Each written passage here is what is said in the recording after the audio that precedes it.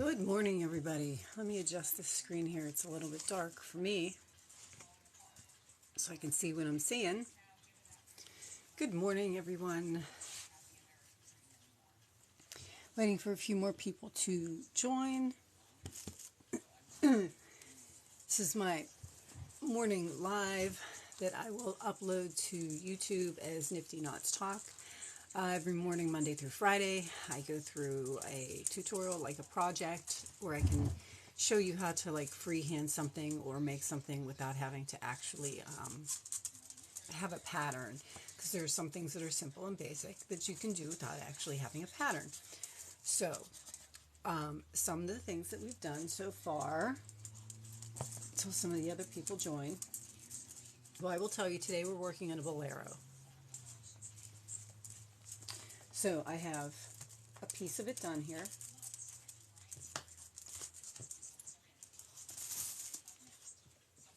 And it is,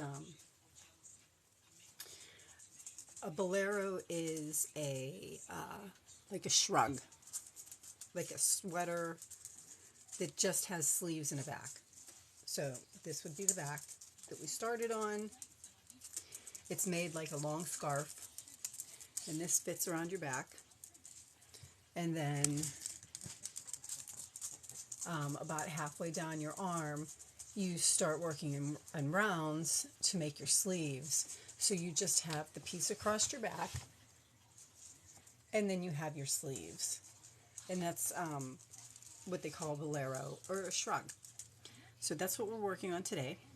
And for those of you who are new to join us, I'm going to show you some of the things that we have been working on. And it is just me doing the same thing I would do every morning, but I do a little bit of teaching.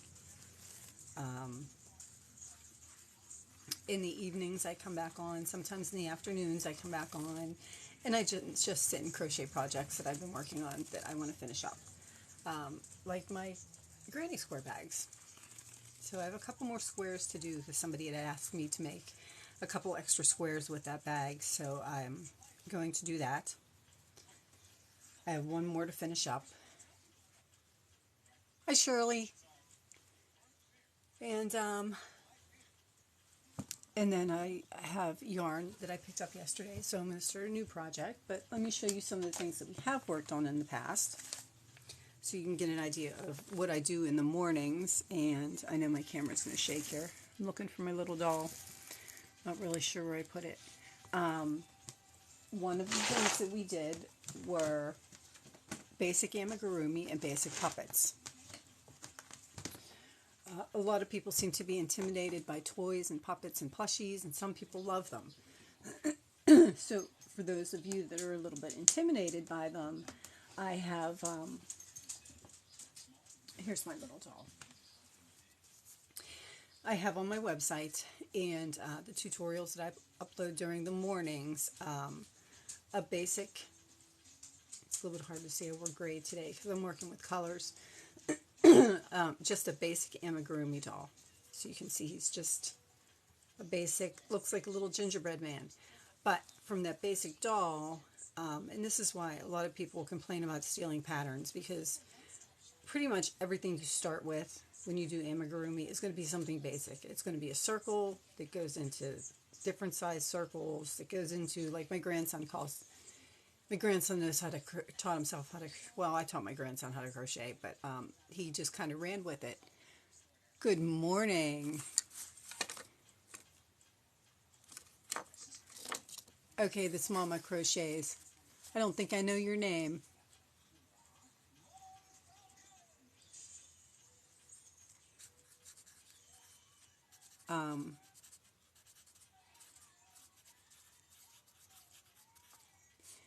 Oh, Emily. Why don't I have that here? There's some of you guys that join me every day, and I love it. So I try to remember everybody's names. But some of the things we had done in the past, again, I will show you the basic amigurumi dolls. And from that basic doll, This pattern I do have on my website, and it's free, and it's not a blog site, so it's not full of spam, and it's not full of explanations. It's just like a portfolio page. This, again, is the same basic doll that I made with blanket yarn, and these are tutorials that I do have up now on my NiftyKnotz Talk on YouTube, if you want to subscribe. And from that, I do have the pattern pieces that show you how to make this basic doll into this cow. We went through making this basic doll into a bunny, which I do have the bunny pieces up there. And I also went into making the same basic doll into a giraffe. And I have all the notes for how to extend the neck, but it is the same body with just a couple more rows. Good morning, everybody. I'm just going through a brief explanation of some of the things I do in the mornings. Mostly tutorials, always tutorials in the morning. I try to teach something. These are some of the things we've done in the past, basic amigurumi, and how you can take that basic amigurumi pattern and pretty much turn it into whatever you want to turn it into. We did a bunny, I did a cat. That is on my website as a free pattern. Some of the other things that we had done for some of the other mornings were puppets. And again, the puppet pattern is just for a basic, and I have the puppet pattern, it's just for the basic sock puppet without like the accessories, so it's just like the basic sock puppet, and this one's for a pointed nose. But if you go into my playlist, NiftyKnotz Talk, thank you for the likes. I actually do 2 tutorials where I showed you how I made the puppet and how I put it together and how simple it was to do that. It's just basically working around in circles, spirals actually, because you aren't going to join. Thank you for the likes. And I also go through those tutorials on there. There's like a shark puppet part 1 and a shark puppet part 2. Part 1, I do believe we just did the puppet down through the tail, and I showed you all that. Part 2, I actually showed you how I did the 3-dimensional teeth. And yes, on YouTube.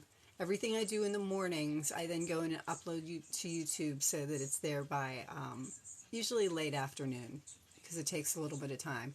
So whatever I do today we're working on a Bolero or like a simple shrug. These are some of the things that we've done in the past. Thank you. But you can go back and rewatch them so you can follow along slower, because I usually only stay on for about an hour or so in the mornings. But the shark one, it's always one to learn. You know what? The first couple of ones that I did on my YouTube channel, it's a NiftyKnotz, and then if you go to the playlist NiftyKnotz Talk, I actually go through how to make the little doll, and I have the pattern on my website. You can just go to my website and print the page. It's like not a blog site with ads and videos and things like that. It's so we took the doll, and then I showed you how to, these are some of the videos, showed you how to make them into a cow, showed you how we made it into this. It's the same exact pattern, it's just with blanket yarn, and this is with worsted weight. Same exact pattern, and we made them into different animals. And then the puppets, I have 2 different puppets that I have that are also just my basic patterns. You're welcome. This was the pointed nose puppet. So in part 2 of making the shark puppet, part 1 of making the shark puppet, I showed you how to make the basic puppet and how we stitched them together without actually having to stitch them together. And then I showed you how we crocheted the 3-dimensional teeth on, and they are actually crocheted on, they're not sewn on because I don't really care to sew. I also went through how to do short rows to do, I'll hold it up so because it's gray against my gray, short rows to do the shaping for the fins. And then I have also on my website as a free pattern, although I don't have like any of the accessory pieces, and I don't have, I think I might have done, might have done one tutorial with the puppet that was the unicorn to show you how I did the mane.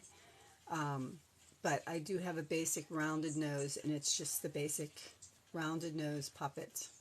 So if you want to make like dogs and things like that, you could go back through those videos and you could, well, you pull up the pattern for the basic sock puppets on my website as well. And again, they're free. It is not a blog site. It is not clickbait. It's just simply sharing basic patterns with you guys, because it's hard to find basic patterns. And sometimes you don't realize, because I'm the same way. I've been crocheting for a very long time, and probably since the mid-70s. And it probably took me until the past maybe 5 or 10 years to actually learn how to make toys and things. And I started doing a lot of that when I had my only grandson. I also have on my website a shout-outs page, so if there are patterns that aren't mine, I just saw your Etsy post.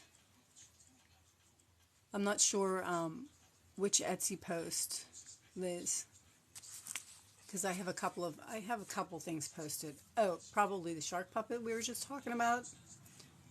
If it was the shark puppet we were just talking about, you can go to my website and actually get the basic sock. Oh, my Etsy post. Yeah, I did finally get paid. That was a pain. I post very few things on Etsy. I have a square reader. Yeah, hopefully they got their username on new tape. No, it's NiftyKnotz, NiftyKnotz. And if you actually go to my profile on TikTok and click on the link that says Linktree, there is a link in my Linktree that has that takes you right to my YouTube channel. And then hit subscribe. Every little bit counts. But I like those basic things, so why not share them? My website is just basically a portfolio site. Oh, we were talking about Etsy. I have a few things. My old brain's been like losing things for me this past year. I have a few things listed on Etsy for sale. Not a ton of them. I found that the square readers we all use for markets, they provide a website. So you can actually put together a shop site through Square, and it was ridiculously simple. All I did was create the items, create the categories, and it put everything where it needed to be. And if I sell something either at a market, then market sold, or if I sell something on, I sell something on line, it takes it out of the inventory that's like collective. I have a Square. Yeah, if you go to square.com, and you'll see where you can actually set up a site really, really easy. I do pay for my domain name through Google, which is NiftyKnotz.com.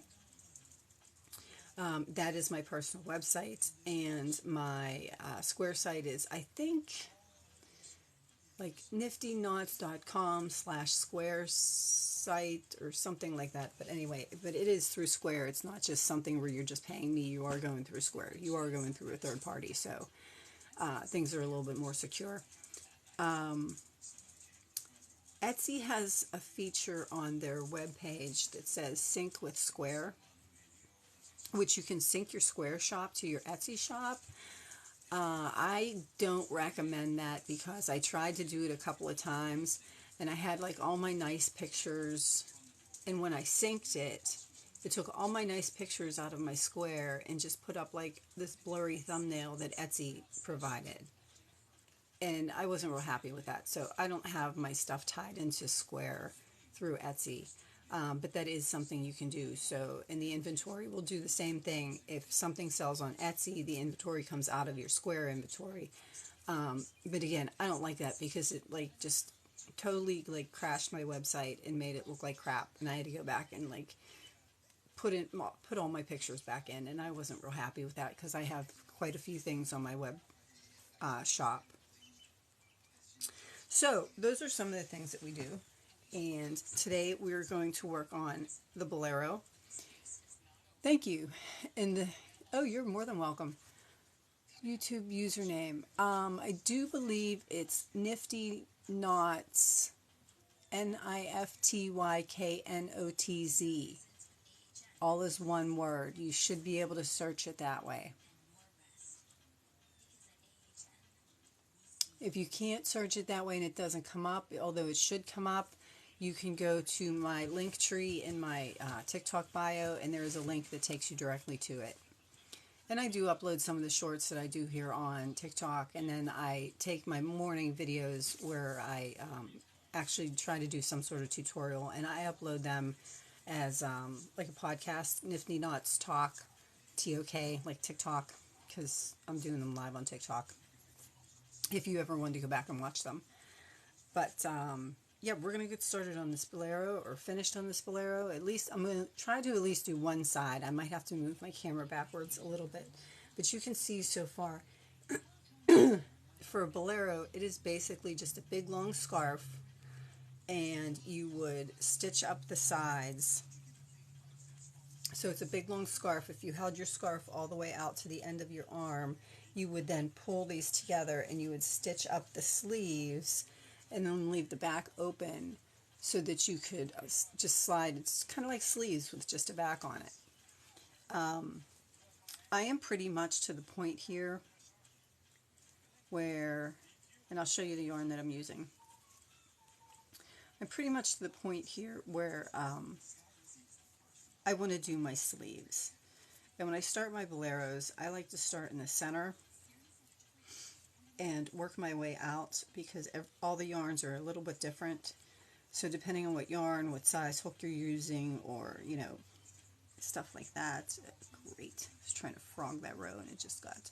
This yarn is finicky.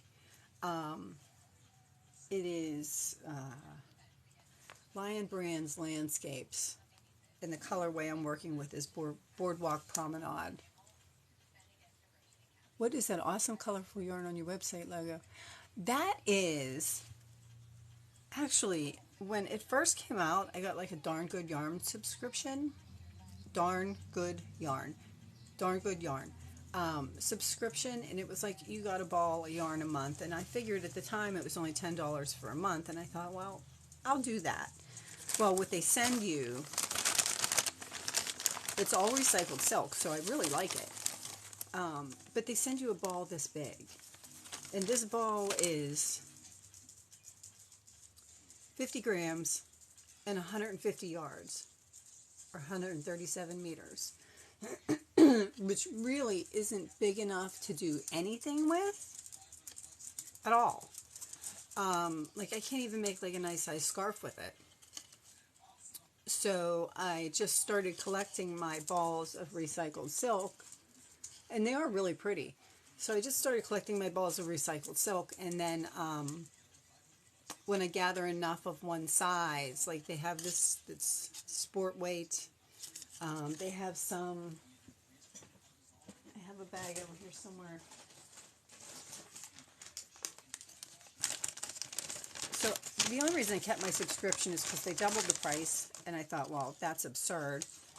I like the yarn, but it's absurd because if you go buy a second ball to like finish something with it, they want like $14 for the ball. So they doubled the price for the subscription, and if you canceled, you had to come back at the new price, so I kept it. So like you can see, some of it's sport weight, some of it's worsted weight. So I save it until I have about 5 balls of each weight, and then I just take it and make a scrap scarf out of it. I'm still on the colors, trust me. I take it and I make a scrap scarf out of it. So I just pick like 4 or 5 just arbitrary, reach in, pick out the same weight yarn, and then my scrap scarf, I tie my knot, I crochet my row, and I tie my knot. And then I just kind of, I start with a chain in the middle, and then I work up and I work down. So I would start with a chain in the middle, and I would do 1 row of this on the top, 1 row of this on the bottom. I just tie off my knots so that they end up being the fringe. So I don't even weave in ends. And then I pick up the next color. Like I'll number my 1, 2, 3, 4, 5. And that's what I did. Those are the colors that's on my website. Was one of my scrap scarves that I just picked 5 arbitrary colors and just started putting them together. And yeah, that one sold. My crazy sister decided she was going to go to my website and pay me. All she has to do is ask me for things. I'm more than happy to give them to her. But she didn't. I posted my website and she decided she had to be the first sale. I shouldn't complain, but you know, I don't mind giving things away to my family. Just ask me. Tell me you want it. You can have it. I have like bins of stuff that I have here. Just, you know, ask. But thank you. I appreciate it. But let's work on this Bolero.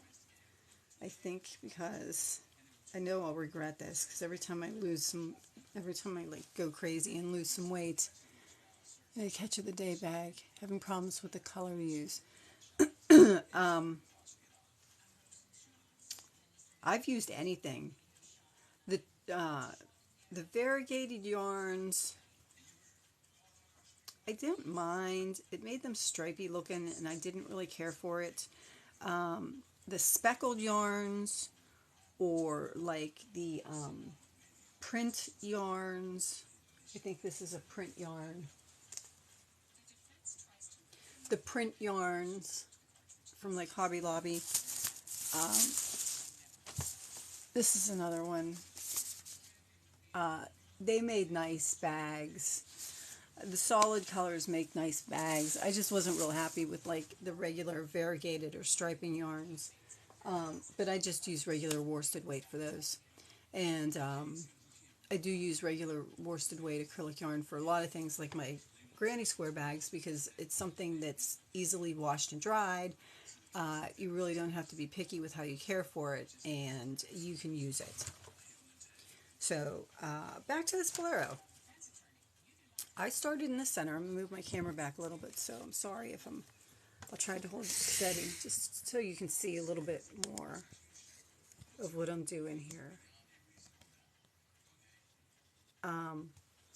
Just do yourself a favor. If you're going to use the Catch of the Day drawstring bag, and I say this from experience, I've probably made about 50 of them, and it is my pattern, and every time I use it, when you get to the top of the head, the neck, where you start doing the chevrons for the neck,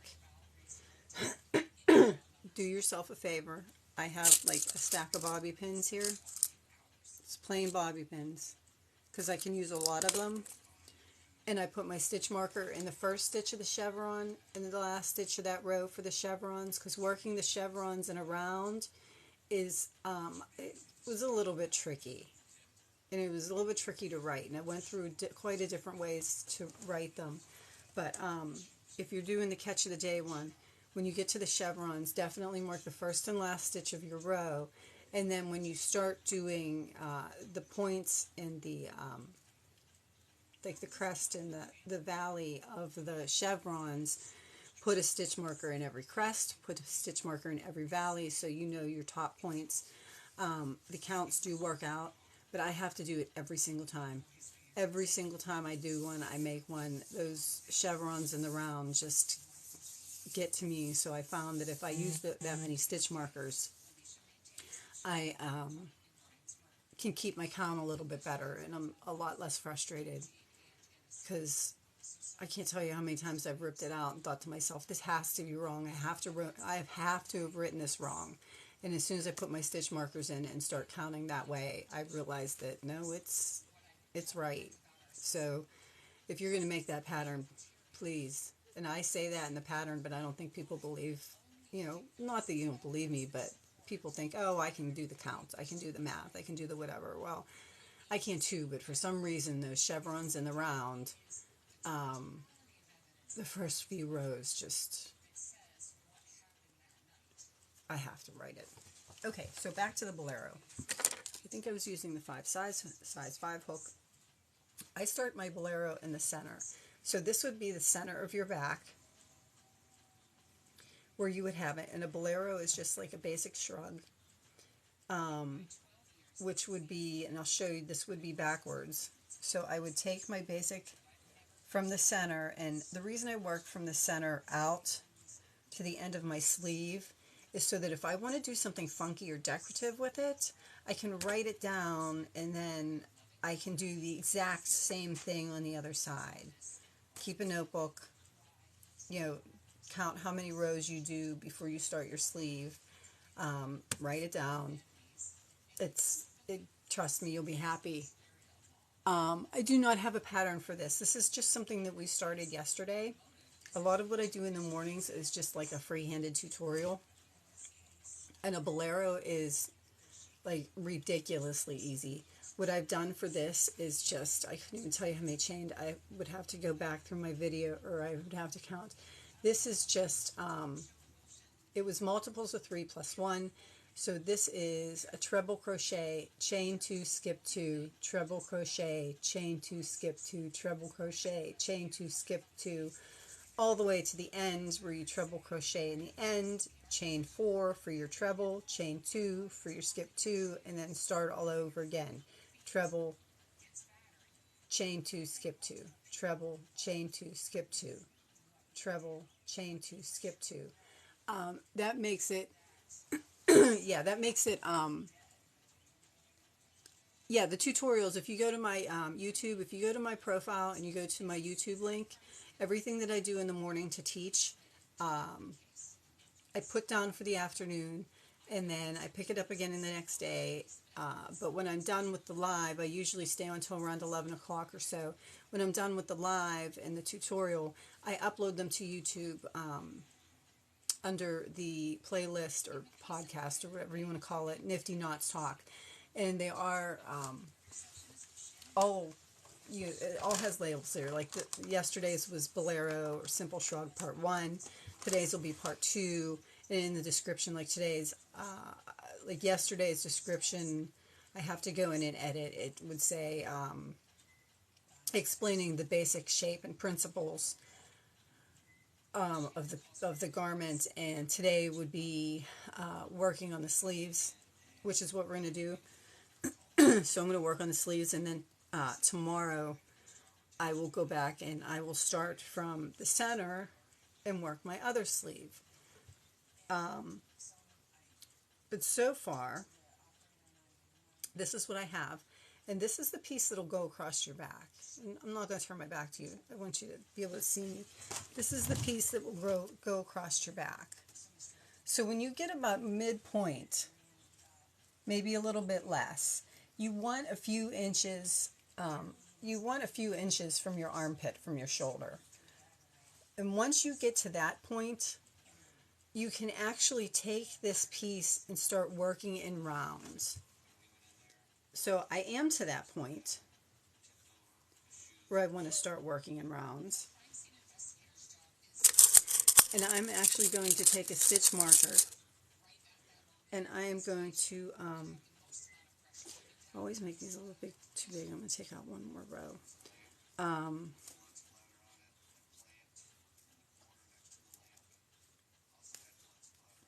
Oh, this yarn is proving to be, I mean, it's very, very pretty, and it's very, very soft, but it's really making me crazy. Okay, so I'm going to take my stitch marker,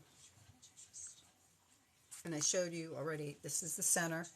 This comes a few inches past your armpit, just maybe 3 or 4 inches, depending on how wide your arms are. To measure this to begin with, you want to put it around your arm, so your beginning chain, you want to be about as big as you want it on the chunkiest part of your arm, so it'll end up being a sleeve. So you do want your beginning chain to be as big as the biggest part of your arm around. So I'm going to work from the center, maybe about 3 or 4 inches past my armpit, and then I'm going to mark, just so I can kind of get things even, I'm going to mark that this is the side that I kept going to go in a circle or work in the round. So I am going to mark, maybe a little bit closer again. Okay. Oh, definitely, Liz. Definitely. I will I'll be on later. I'll be on later on tonight again. Probably not doing this, but I mean, this is something everybody can go back to and look at on my YouTube video, but I'll be finishing up my other stuff. Enjoy the rest of your day. Thank you for the likes and thank you for joining. So I'm going to mark that stitch there. You see I have it marked. And I'm only marking that because I know once I'm done with that row, I'm then going to just pick it up and I'm going to start working it around. So let me put this down here so you can see a little bit better. So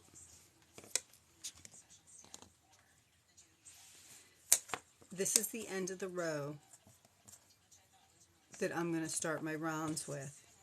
So after I'm done with this row, I'm going to fold this over. This is our back piece. This is our back piece in the center. This is our going down our sleeve. I'm just going to take this part now and I'm going to fold it over. If you can see that, I just folded it over. So I'm going to leave,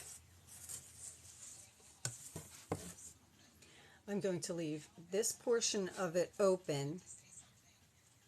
And now this portion of it, I'm going to start working in the round. So to join them in the round, I'm going to skip my 2 like I would have, and I'm going to slip stitch into that 4th chain. And I do it this way because I don't have to sew it together. If I'll show you after I finish this round. And then I do my chain 4 as my first treble crochet. I do my chain 2 as my first chain 2, skip 2 on my round, and then just work my treble right into my treble. These are US terms, so for a treble crochet, I'm going to wrap my hook around twice. So now I have a beginning of a row, a round, and I know that that's where I joined it, and that's the way that I joined it. So now I have the first square of the first open mesh of my round there, and I'm going to keep going around. I'm going to do my chain 2. I'm going to skip the next 2.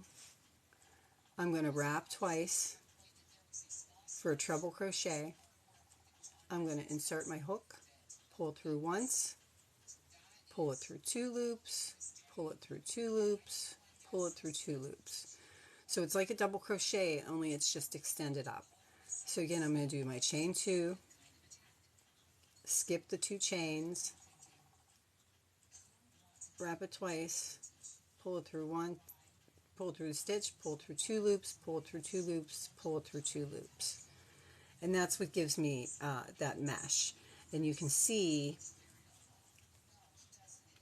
this is going to be, it's my hair, this is going to be the part that goes across your back, and this is going to be the part that starts coming down your arms as the sleeve.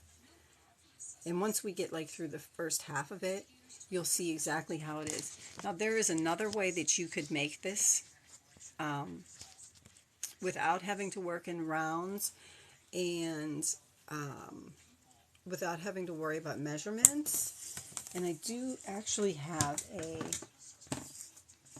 I don't have a scarf that I can show you, but I have a piece of scarf-shaped fabric, a rectangular piece of fabric that I can show you how you would put this together if you just wanted to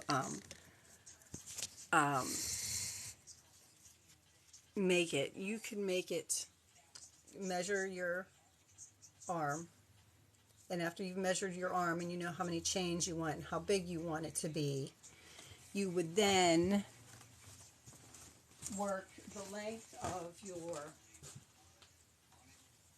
I don't know if you can see this.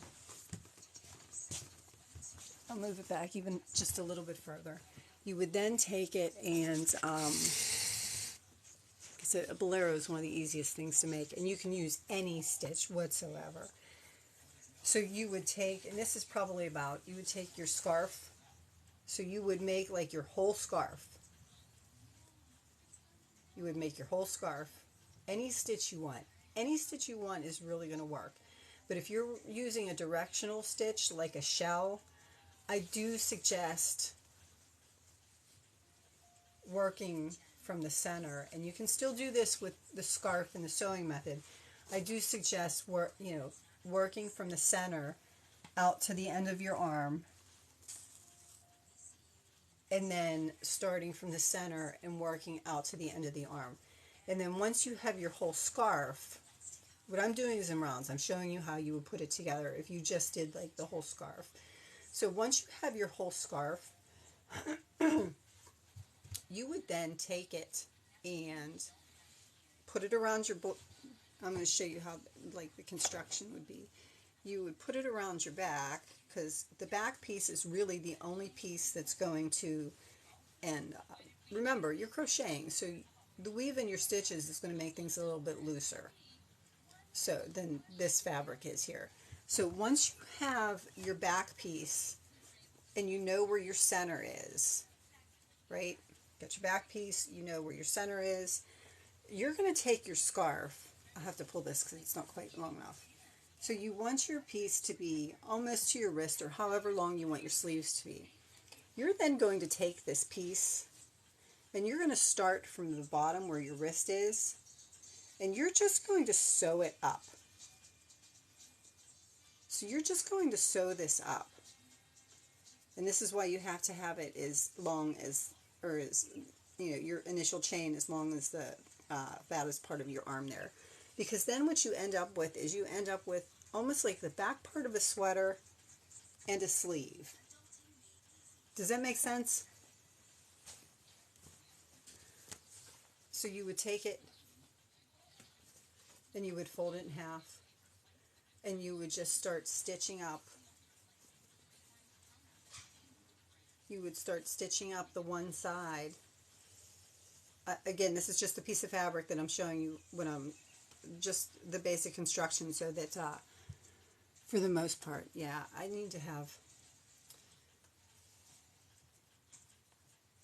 some better way to show you guys. Maybe I'll put some pictures on my website, but you would take it and you would stitch from the wrist to just where the sleeve came, a few inches from your underarm, and then you would go to the other side and you would fold it up, and you would do the same thing. You would stitch from your wrist to where it would be a couple inches from your underarm. And then you would have, I'll pin this together so you can see a little bit better.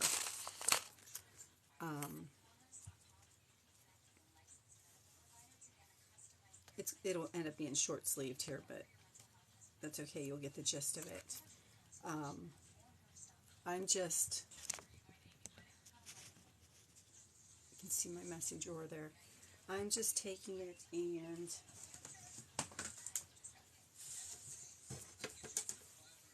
so this is my scarf. I fold it in half lengthwise. I'm going to start with the bottom. So I've made a scarf that would fit me from wrist to wrist.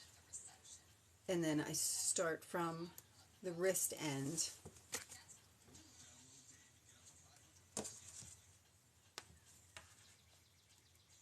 So I start from the wrist end and I would stitch it up and end where I gathered it just a couple inches away from my armpit.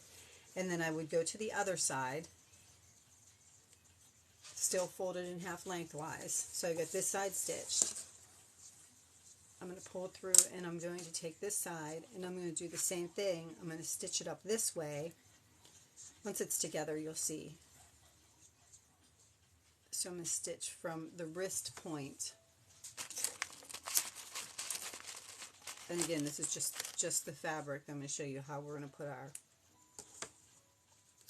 our Bolero together. Just from the wrist point to a few inches from underneath your arm. So that's might be a little tough for me to get this on because I'm wearing long sleeves, but so you basically have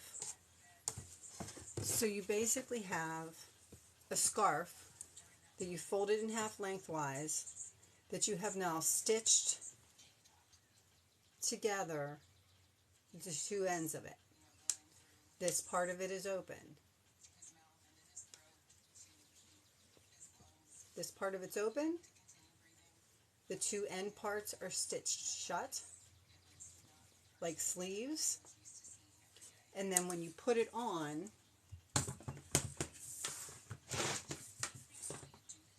you would, see if I can get this on like this, you would put your arms through the sleeves. I don't have it stitched up in this, like I said, it's, so you would put your arm through the sleeves, and it ends up being a few inches. The seam ends up being on the front of your arm.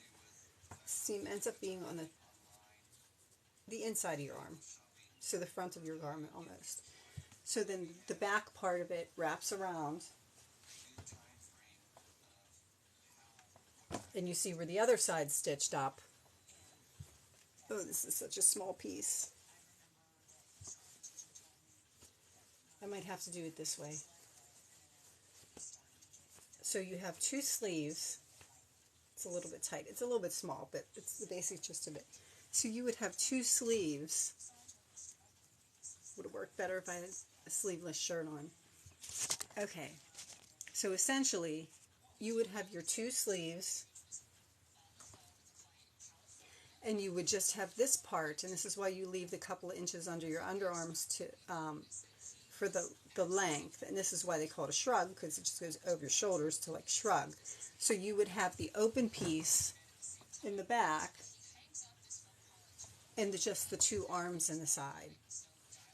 Now, does that make a little bit sense? A little bit more sense? How you can just take that as like just a big wide scarf and make it into that Bolero. If you just used a big wide scarf. Yes, okay. So that's basically what it is. It's the open piece in the back of the scarf, where your scarf would be, and then you just stitch up the ends to make sleeves. But don't forget, you have to, when you start your scarf, you're welcome, when you start your scarf, the width of it has to be at least a little bit bigger than the fattest part of your arm, and keep a couple of inches from your armpit when you stitch it up, just to give you room so that it goes over your shoulders and you have room so it doesn't pull too tight. But that is basically what it is. And this is going to be a lot easier. I thought this piece of fabric was bigger than it was. So the method that I'm doing now is I did the back piece to here, from the center to here. And now instead of making it a big long scarf, I'm just going to start working in rounds to make my sleeve. So you can do either way. You can make just the big long scarf and stitch your sleeves up from the outside in, or you can make your big long scarf and start from the center until you get to the point where you want to make your sleeves, and then start working in rounds. So you can do either way. And again, this pattern, and I will try to at some point this week. Sometimes I have to wait till the weekends to do some of my web work, but I'll try to get a better explanation on my website. But this pattern, you could do this with any stitch. It doesn't have to be an open weave stitch like I was using. I just used an open weave stitch because it would be quicker to show you. But you can use any stitch that you would make a scarf out of, as long as you make sure that you start with your starting width of your piece a little bit bigger, and then make it from arm to arm, or from wrist to wrist. So it may be a little bit longer than that. You can always put cuffs on it when you're done. And if you are going to use a different stitch or a more solid stitch, yeah, see, I like the open weave stitch too. I wanted something I could wear in the spring or maybe in the summertime for markets, and it's a little bit quicker. But if you are going to use a directional stitch, again, like a shell stitch or some sort of pattern stitch, you would start your starting chain in the center, and you would work one way to the end of one wrist, and then you would just pick up that chain on the other side, and then work down the other side to the other side of the wrist to get it the size and the shape you want. And that way you would have your directional stitches going in the same direction instead of like all going in one direction. So one sleeve has it going this, has your shells coming this way, the other sleeve has your shells going that way too. That's what would happen if you made a big long scarf. But if you started in your center, like straight down your back, and you started your shells out this way, then you could come back to the center again and you can start your shells for the other sleeve going out the other way, and then both sleeves are completely symmetrical. Does that make sense? Like if I'm not explaining something or you don't get it, let me know, because I'm happy to try to find a different way to explain it. Yes. Perfect. Thank you. And I think, all right, I think you're Cindy. Is that your name? You totally understand. Oh, okay, good. Is that your name, Cindy? I don't remember. Yes. Oh, okay, that's what I thought. That's what I thought. But so now I'm going to pick mine up and I'm going to do a few more rows while I'm sitting here so I can try to get at least half of this done so that tomorrow I can show you how. I mean, if I don't get half of it done before I am done with the live today, you get the gist of what you needed to do to get to this point. And then I'm going to show you how you can like embellish it and do other things with the sleeves if you want to. So again, I have my from my center back out to a couple inches beyond my armpit, and so I don't have to sew anything, because if I have to sew it, chances are I'm not doing it. I'm just going to start working in rounds for my sleeves. Thank you for all the likes. So again, this is just a simple one. You could do the same thing with a double crochet, but you would chain one, skip one for a double crochet. Whereas the treble crochets that are a little bit bigger, a little bit taller, would be a treble, chain two, skip two to give you that square look. And honestly, I mean, you could do more than that if you wanted, and I'll just show you for an example. If you wanted to make those blocks and that weave even better or even bigger, you could chain 3, pull up some yarn here, instead of chaining the 3, or instead of chaining the 2, skip 2, and then a treble crochet, you could chain 3, which would give you a longer width this way. And then instead of wrapping 2 times, you could actually wrap 3 times. Whoops, 1, 2, 3. You can wrap your hook as many times as you want. The more times you wrap, the taller your stitch is. So this would be a chain 3, and I would wrap it 3 times to make like a quadruple stitch. And then same way, yarn over, pull through the stitch, yarn over, pull through 2, pull through 2, pull through 2, pull through 2, and you can see how that stitch, is taller than the treble. So the treble I wrap twice, this like quadruple one I wrap 3 times. So you just have to make sure that if you're going to make a bigger weave, you add more chains and skip more chains, because you can see if you fold that in half down this way, this right here is about equal to these 3 chains right here, and that's what's going to give you the square. Whereas with the trebles like I've done here, this right here is about equal to the 2 chains right here, and that's what gives you the squares.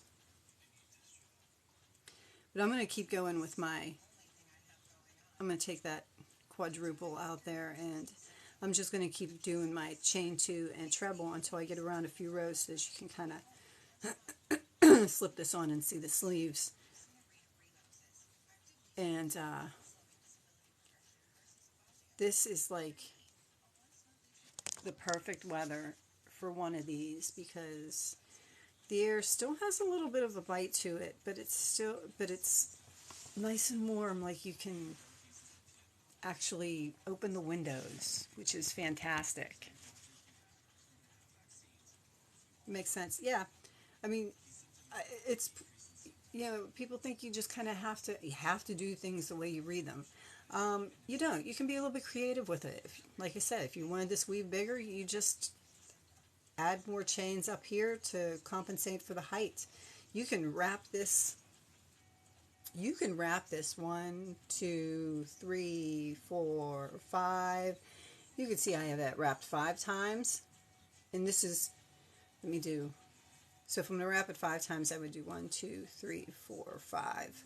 So I would do a 5 chain, and then you could wrap this 1, 2, 3, 4, 5. These are just examples. And same principle, yarn over and through your stitch, yarn over through 2, through 2, through 2, through 2, through 2, through 2. And you can see how much taller that stitch is. So, I mean, you can really do what you want to do with it. If you wanted to make your sleeves flared, now that you kind of got the basic principle of how things are doing, and you're working on your, this is the open part that goes across your back, and now you're working down the sleeves. Yeah, you can just, play. My husband will ask me what I'm doing. I just tell him I'm doodling just to see what I can do. But if you wanted to take this and you wanted to make the sleeves flare a little bit, I wouldn't divide my stitches more than 4. So like top, bottom, side, and side. So I would, if my sleeves folded in half, top, bottom, side, and side. And then you could actually do, oh my God, polyfill gets everywhere. You could actually do, when you get down more towards your wrist, you could do your treble, chain 2, like you would chain 2, and instead of skipping the chain 2, you would just work another treble in the same one. So it would like increase it, and then it would start to flare your sleeves towards the wrist. And then you would just, on the next row, work this exactly the way you worked the following rows. You would get to this one and you would do your treble, chain 2, skip 2, and then your treble, and it just makes it would make your arms flare a little bit. Yeah, that's why I like to come on here and do this, because I can kind of, most of what I do is free-handed, and just, the knowledge that I've picked up over the years. But once you pick up that knowledge, a lot of it you realize it's all just a manipulation of basic stitches. And unfortunately, there's not a lot of good tutorials out there that shows you like the different ways you can actually do, thank you, the different ways that you can actually do basic things to make them look fantastic. I mean, it's pretty much all the same. If you can hold your yarn and you can hold your hook, and you know the difference between yarn over, and you know the difference between yarn under, and you know the difference between pulling up a loop, and you can make a chain and hold your yarn, that's pretty much the whole battle. The rest of it is just playing with it and figuring out what you can do with it, which is a lot different from how I learned, because when I learned, it was, sitting on the stoop with my crazy old aunts that I love dearly, and I say that very affectionately because I am now one of those crazy old aunts who like had a pattern for a certain stitch, and they did their chain and just started their blankets, and that's what they did. The other thing they did, because it was the 70s at the time, were like ponchos, which were also just simple, basic, you just did the same thing. And the older I got, the more I would see different people doing different things and thinking to myself, oh my God, it's like doing the same thing, only doing it a little bit different, wrapping it a little bit different, pulling it a little bit different. And honestly, it's so much easier sometimes for me to use my own creativity than it is for me to read somebody's patterns. Now, I won't lie and say I don't buy patterns, because I do buy some patterns. Um, so do you guys all get the gist of this? I can like chatter for a while. Good morning, Janie. You might have to go back to see the beginning of it, how I explained how I put this together and started doing my sleeve here. Um, that'll be up later on this afternoon. But I like to do a lot of lacy shawls, like my markets. People think I'm crazy. They ask me what I do for my markets. Well, my markets are predominantly bags, which I'm in love with these. I'm like obsessed with these this year, so I'll have a ton of those. I have a bunch of my fish bags. So bags, I like to do lacy wraps and shawls, like lacy to the point where you could either wear it as a shawl, or it's lacy enough that you could you can have the point here and wrap the ends around your neck and have them hang. So yeah, bags, wraps, and puppets. I know it's an odd combination, but bags, wraps, and puppets are predominantly my what I put on my site, because, or on my in my markets, because I don't know, I find them fun. You can like just do just about anything with puppets. I've actually made those puppets. I've actually made those basic sock puppets that I have the patterns for on my website, and I've made them with like variegated. Thank you. Made them with like variegated yarn, and just put like big googly eyes on them, and like people were like, "Oh, look how cute! How much?" So you know, it gives a little array of everything. Um, yeah, those are the things that I like to do. Bags, wraps, and puppets. They're not too big, but they're not too small. And I'm going to do this one, I think, for myself, because I really like the colors.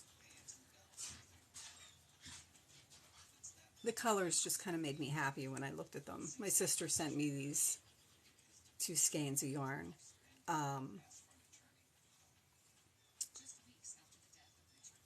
But I think if I'm happy with it, I might actually make a few of these to put on my markets.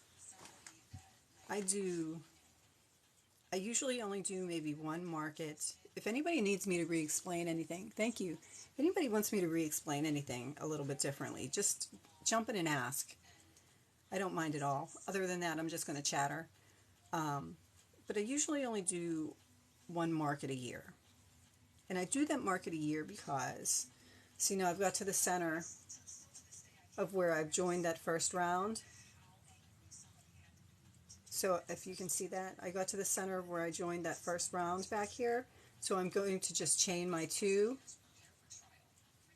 and I'm going to connect it. I'm going to skip my 2, and I'm going to connect it to the top of that chain 4 with a slip stitch, and that's going to complete my round there. And I'm just going to do the same thing all over again. I'm going to chain 4 to make my first treble. I'm going to chain 2 for my first chain 2. I'm going to skip 2 for my skip 2, and I'm going to do my treble into the next stitch.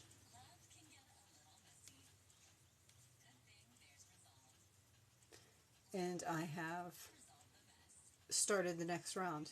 So you can see where it's open, and you can see where I started, finished the first round and started up the second round.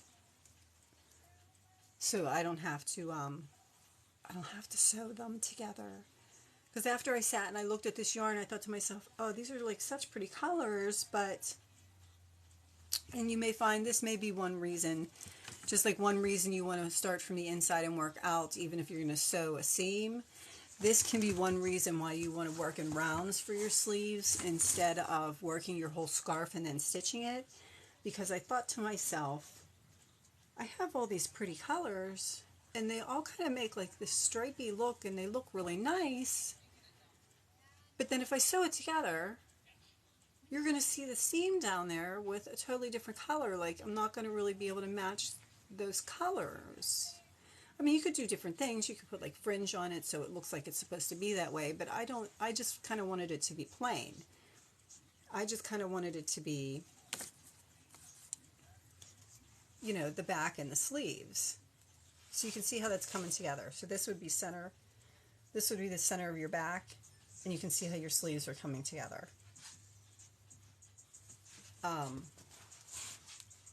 So after I thought about it, I thought, well, I'm going to just go show you guys how I would start working in rounds instead. That way, if you do get like a stripy colored yarn like this, your yarn stays it keeps the continuity of the colors instead of having like that seam that you would see. Does that make sense? I ask that a lot because sometimes I feel like I babble too much and put too much information in there. Thank you very much for all the likes. I appreciate them.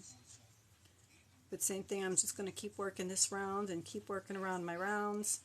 But I was talking about the market that I did in the summer. Thank you very much. I appreciate that. Really do, Cindy. I appreciate the feedback. Because sometimes I ask and I feel like I'm like, oh, you're welcome. And you know what? And that's what I like to do. I like to just sit here and like, in the evenings I just chatter away. I just work on whatever project I'm working on and I chatter away. In the mornings, I do some sort of tutorial and I do it live. You get some chatter, you get some, you know, tips. We do a project. Thank you very much. Diverted, I don't know your name. Melissa, this is the first time for me with you. I love the way you explain things. Thank you so much. All of these lives that I do in the morning where I explain things, I then go into YouTube and upload them to my YouTube channel as like a podcast, I guess, under a playlist. It's NiftyKnotz with a Z, all one word, talk, T-O-K. You can find the link in my link tree in my bio.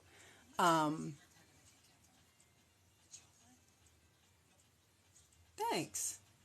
Yeah, that's what I mean. Like, if I had somebody that could, like, knew these things, I wouldn't have had to figure them out and figured them out that, like, it really isn't all that difficult. All of these, like, crazy, beautiful, like, ball gowns and things that they're making and patterns and dresses, I mean, they're just really easy, simple stitches, and it's just a different way to put them together. And to find that basic, like, simple, just basic information, you don't, because everybody wants to sell a pattern. They don't want to give you the basic information that you need to put together your own things. And why not make it easier instead of harder for everybody? I don't know. My opinion, but, you know, what they say about opinions, I guess. I talk too much. I have to drink some tea. Usually coffee. Today I made a cup of tea because I was out of coffee and didn't realize it. I don't know how you can not realize you're out of coffee when you're the only one that drinks it, but that early in the morning, who's paying attention? Either way, I didn't have enough left for a whole cup, so I made some tea. Doesn't really matter to me. I'm not picky. But, so yeah, if you want to see these again, that way you can just go, you know, click through them fast. If you want to go to my website and see some of the other things that I've done, it's not a blog page. I just have one simple about page where I kind of tell you about myself, and the rest of it is like gallery portfolio type things, and my free patterns that I posted on there. As long as I have to drink decaf. I mean, honestly, do I sound like I need caffeine? If I drink caffeine, I am like a lunatic. I used to drink tons of it. Oh, I used to drink pots of coffee. I would work overnights and I would drink pots and pots of like just regular coffee. And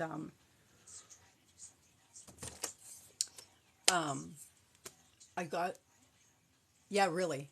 Yeah, really. And it got to a point when I hit a certain age that I was like, oh my God, I can't drink this caffeine anymore. And it wasn't because, I don't know, your brain just kind of snaps at one point when you get older, as a woman anyway. And like things go a little bit berserk. And I think they just went a little bit too berserk for me to want to add caffeine to that. So, like, as you can tell, this is me with absolutely no caffeine. Um, yeah, no. I just can't. Because I make myself crazy then. Like, my brain just starts to go everywhere. And, yeah. So, really. No, I love my coffee. And I love to drink a cup of tea. But it's got to be decaf. At least anymore. But yeah, really, pots and pots of black coffee. But anyway, I never did explain. Oh, thank you. You're so sweet. Um, and I mean that sincerely. Like, I don't just say things to get likes, as you can tell. I'm just here being me, showing you guys what I do. Um, but, like the forgetting things. So, like the market I was telling you that I do. Um, my dad lives a couple of hours away. My Most of my family, actually. I moved to where we vacation, like up on a lake, a few years ago. And most of my family, with the exception of two of my children that are still at home, um, still live in the city. So my dad does watercolors, and he will do gallery shows every once in a while. But I think it's getting to be a pain for him because he's getting to be older, and it's expensive to do a gallery show because they have to have things framed. It has to be behind glass. Because a lot of times he will just put things behind plexiglass because it's a little bit less expensive and it won't break if you torque the frame. So I think it's a little expensive, and I think he's getting a little bit tired of it. Hold on. Ignore. My headset's connected to two different phones. So he paints so much. Like, I mean, he has stacks of stuff that's unframed that he just paints. One of the videos that I did here on TikTok was my dad's art from last weekend, and I just kind of scanned the room with my camera just to do like a video of some of the things that he does. But he will. So my mother talked him into coming up here because they do a lake festival up here in August.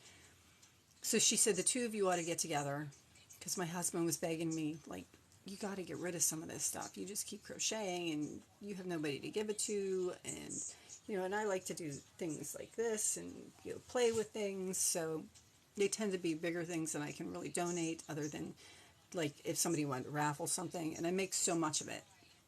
So I said, okay, the first year we got one tent in one space and we split it. Well, that was a mistake. The second year, I got a space and a half, and we tried to split it. Well, that was a mistake. So by the third year, we had two tents, and we probably could have had four tents between the two of us. And my dad brings up all of his unframed art, and the majority of it is quite large. It's like your 22 by 17, like your big pieces of watercolor paper. I think 22 by 17 is the dimension. Oh, thank you so much. Thank you. I'm not sure what the music is, but can you guys hear the music or can you hear me?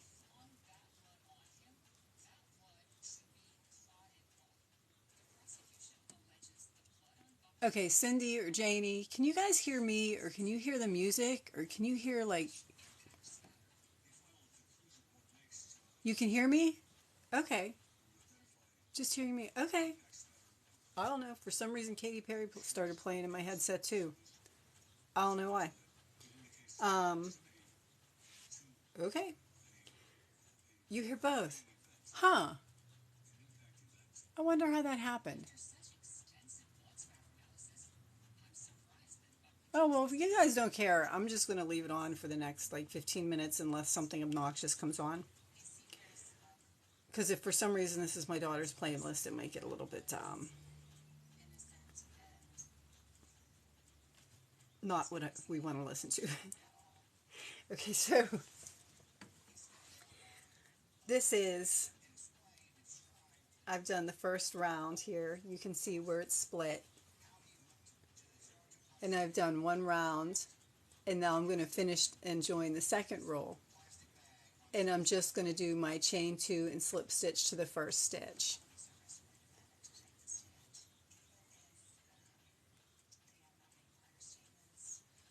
All right, I have to find out if somebody's listening to.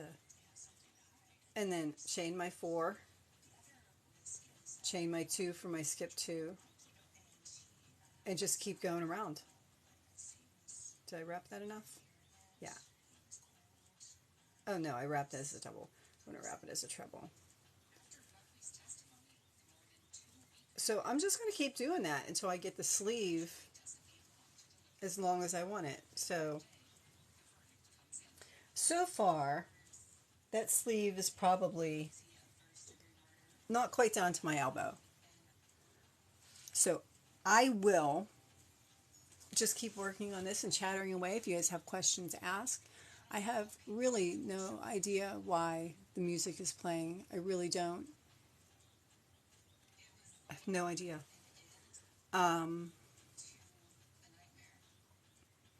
If it's bothersome, let me know. 5-year-old, just comment if you want something like that. Yeah, you can make it for a 5-year-old. It's so adjustable because all you have to do is measure around the arm and remember to keep it just a little bit distance from the from your armpit so that you have room to pull it over. It is, I know it's backwards, Lion Brand's Landscapes, and it is Boardwalk Promenade. So I know it's backwards, but it's Lion Brand's. Here you go. I'll leave it there so you can read it backwards.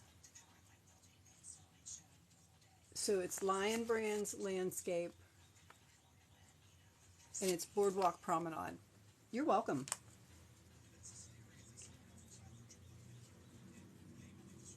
That was I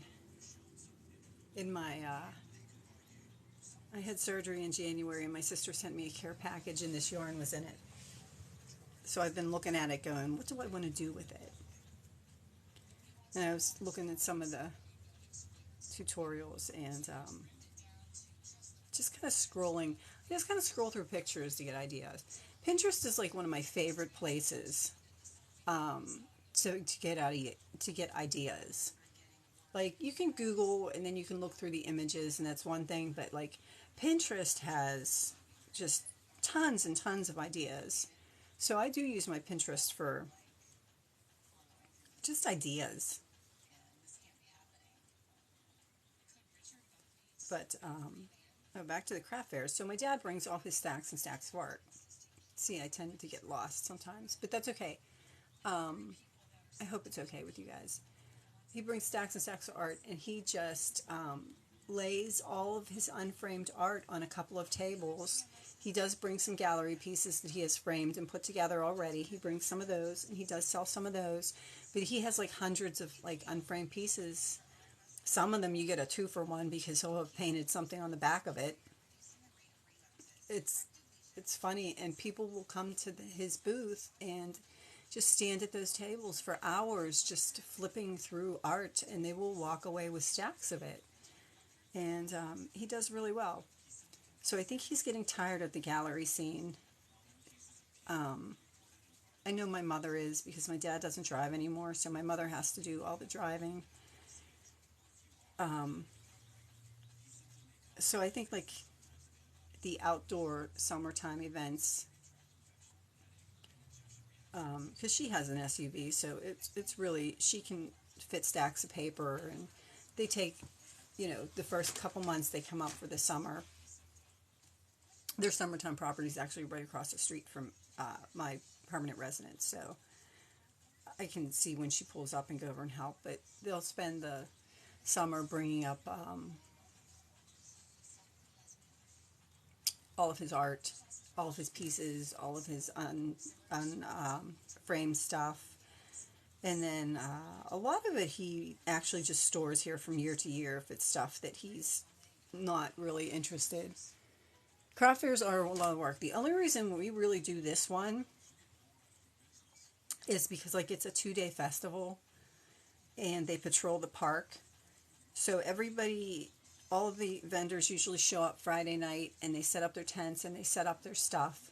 And then we cover everything. We usually just buy like cheap shower curtains and we cover everything, or, you know, move our tables to the center of our tents, zip up our tents, and then they patrol the state park guys, the park rangers. The park rangers patrol at night, so that we can leave our stuff set up. And then Saturday we go down and you just kind of walk in and you're open. And then same thing, zip it up Saturday night, come back Sunday, and we spend again the whole day there Sunday. And it's nice. We pack some lunches, and it's not too far from where we are, so my mom can come and go, and my husband will come and go and give us breaks. And we pack a cooler, a couple gallons of lemonade, things like that, and we just kind of hang out there. They play music. They have like live bands that'll play throughout the days.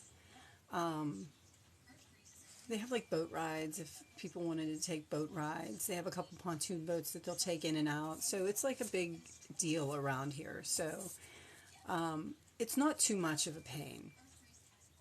And my husband knows how much I love to do it. So he does go down there and help us set up the tents and get everything set together. And he's really good with my parents, helping my parents get things set up and together as well. But we get our tents side by side. That way I can help my dad when he needs help. Because sometimes it gets a little bit windy. So we have to have paperworks and paperweights, and sometimes we have to chase paintings. And it's funny because now he's got like a following, and there are a bunch of us that have had booths down there for quite a few years together. So like if I have to like run to the ladies' room or something like that, give me 1 second.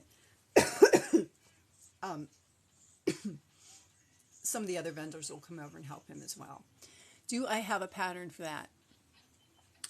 I do not really have a pattern. I don't know if you were looking. It's kind of just like a basic Bolero. So it would be like a shrug. Like this would be the back part, and this would be the arms. Haven't been to a craft fair in years.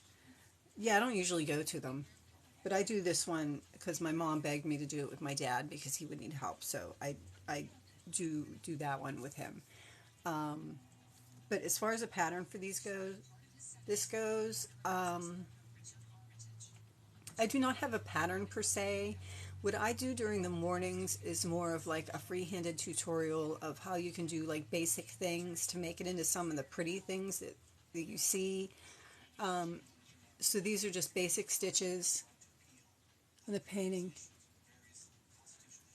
Oh yeah, I walked in and saw all those spools of thread, and I was like, that's going to end up on my wall by the end of the day. No, not by the end of the day, by the end of the summer. I like that, unless that was like one of his gallery pieces that he's planning on.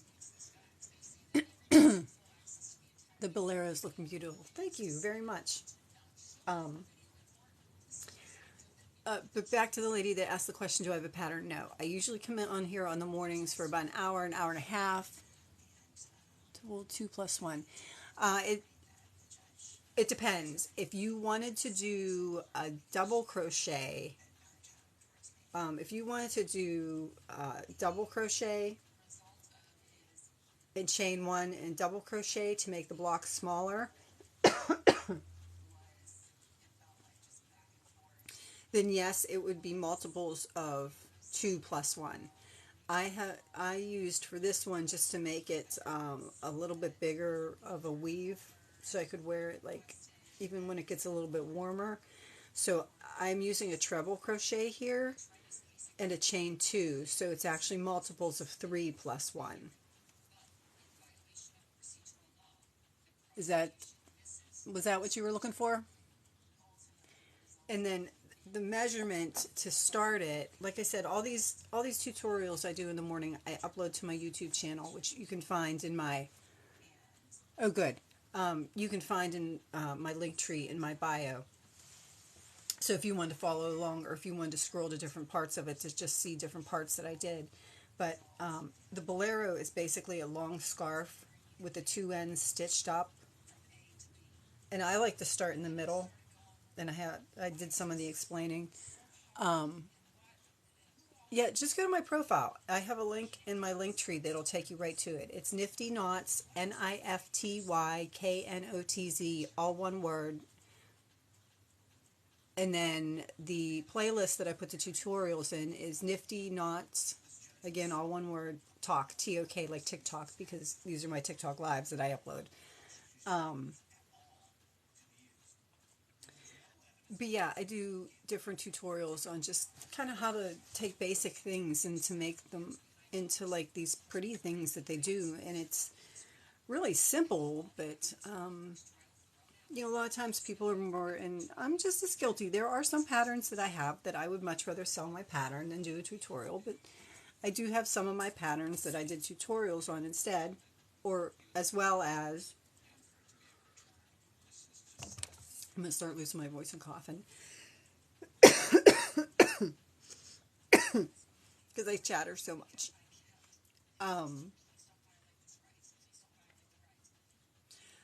Like, it's one thing to want to sell a pattern. Like, people are making like all those like halter tops and things. Well, they're just basic pieces. It's the thank you very much. It's the they're just basic pieces. It's like the embellishments and like the borders that you do on them that make it look so much different. And those things can be really simple if you just know how to do some basic manipulation of your stitches. And that's what I like to do. I like to come on and just show you like basic things. Just like if you had jumped on a little bit later, one of the basic things that we did were dolls and puppets. And again, this is on my website as a free pattern, no clickbait, no advertisements, just the pattern.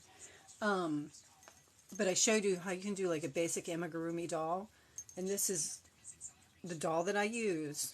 And from this doll, I did tutorials where we took that same doll, then we made him into a cow, and then we took that same doll, and took him made him into a giraffe. So the majority of it just starts with something basic, and the puppets are the same way. I have 2 puppet patterns on my website that are just basic patterns. One has a pointed nose for like the sharks that we did, and like foxes, things like that. And the other sock puppet just has a rounded nose, and it has in the instructions where you would start and finish if you actually wanted to put a nose on it, because some of the rounder puppets are like cows and goats and things like that, and they actually have noses. So I have written in there where you would do the color changes to make them.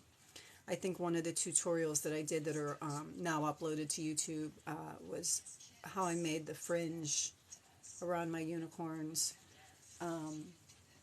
One of the puppet tutorials I've uploaded to YouTube, I went through the pointed nose puppet and how we made him into a shark. But all the basic puppets you can find on my website for free. But it's, it's really just basic things. So that's my basic puppet, and just depending on what I want to put on them. Like if I wanted to take this and put like a little pink nose on them and some big brown ears and some little whiskers hanging out, then I have a mouse. if I want to take them and make them orange, and or you know, with the face part of it white, and bring some orange down there, then I have a fox. You know, I don't want to think about the basic things anymore. I want to think about the fun things and how to make them into fun things. So when I come on in the mornings, I try to teach the basic things so that everybody else can kind of get a little bit more knowledge of how basic the things are, that you can just make them into pretty things. You know, crochet is just basically making a piece of fabric. So, I mean, to be honest with you, if you saw a suit that you liked, thank you very much. I appreciate it. I really do. So, like, if you wanted to make that suit jacket, honestly, all you would have to know is how to do increases and decreases, and you could lay your pattern out flat on the floor, so that you would have your pattern pieces. So you know, your sleeve looked one way, the different pattern pieces looked the other way, and you would just start with whatever stitch you want at whatever part you wanted, and just lay it on top of that pattern piece and do your increases and decreases to make your piece of crocheted fabric look like the pattern piece that you would have actually cut out of a piece of fabric. And then you can take those pieces and stitch them together. You can make garments like that too. I mean, there's just so many. Thank you. I really do appreciate it. I mean, there's just so much you can do that, like, it's like simple basic stuff. And that's what I want to, that's kind of my goal for the mornings, is to teach that simple basic stuff so that everything you buy doesn't have to be somebody else's pattern. It's actually pretty easy to start making your own things. Just like once you have this Bolero done, if you wanted to take this Bolero that we're making, or this shrug that we're making, and I am going to do something funky around the edges, so that'll be part of my tutorial tomorrow. I'm going to finish one sleeve so I can, and maybe the other half, so I can show you how we can finish it off. So I might do that tonight. Lost it again. Oh, if you wanted to take this Bolero and make it into like a sweater, you could see how you could just, once you have your arms on there, just like keep building on it. Not patterns necessarily, not just rows of stitches. No, it's not. It's excuse me, techniques. They're simple basic techniques, and those simple basic techniques are the principle for pretty much like all these gorgeous things you see people making. I know one gentleman on here makes like these like crazy gorgeous gowns. Well, these crazy gorgeous gowns are just different ways you're putting your stitches together. Suit jackets and pants, same way. If you wanted to make the pair of pants, you could make just, you know, the straight up and down granny square stitch pants, or you could actually take those granny square stitches and manipulate around the crotch with single crochets so that they actually were fitted like a regular pair of pants, and then stitch them together like a regular pair of pants. I mean, there's so much you can do with it if you just know how to do, I mean, and that would be just like a single crochet, granny squares and single crochets. And if you had your pattern for your pants, you just take those single crochets to go around through the crotch just to make them fitted the way a pair of pants are supposed to be. It's just a matter of the easy things that people don't really tell you. The hard things are the easy things. It's just knowing how to put them together.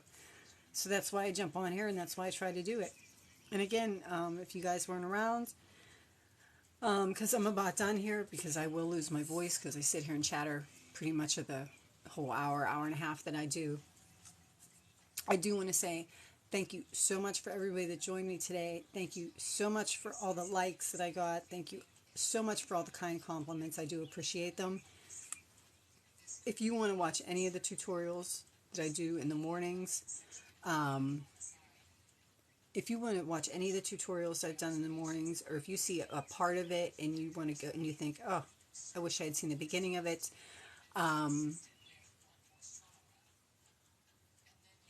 yeah, I mean, you would just take your single crochet and knowing your increases and decreases, you would just make that fabric to match your pattern piece. And then you would just kind of whip stitch them together like you would following the sewing instructions to get them to fit. I mean, that's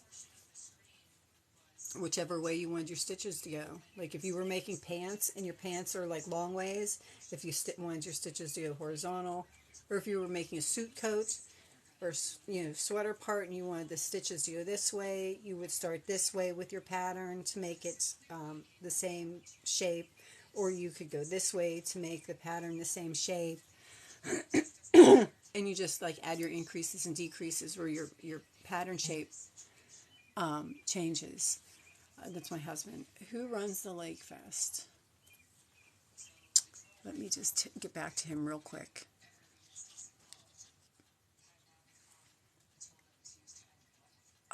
I think it's Pymatoonie Area Chamber of Commerce. Oh, that's not going to work. Give me 1 second here to get back at him, because somebody's obviously asking him a question that I have to answer.